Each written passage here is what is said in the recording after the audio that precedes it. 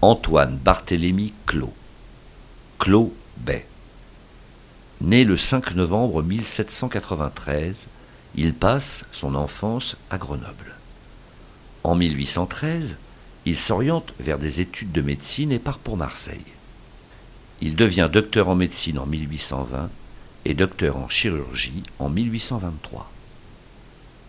Recruté à Marseille, en 1824, au service du pacha d'Égypte Mehemet Ali, pour procéder à la modernisation du pays, Antoine Clos s'embarque le 21 janvier 1825.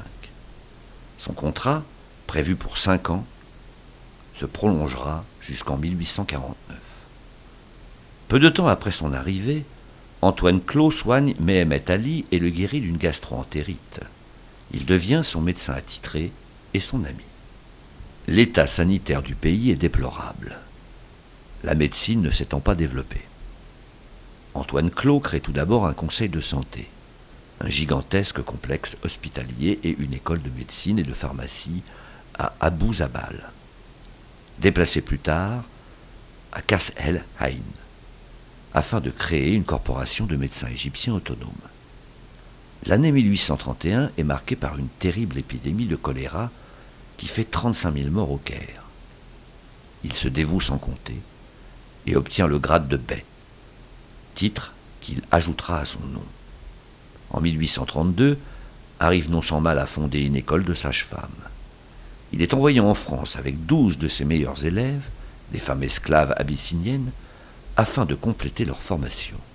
Le 2 novembre 1849, Clos Bey, en disgrâce, rencontre à Marseille Gustave Flaubert et Maxime Ducamp.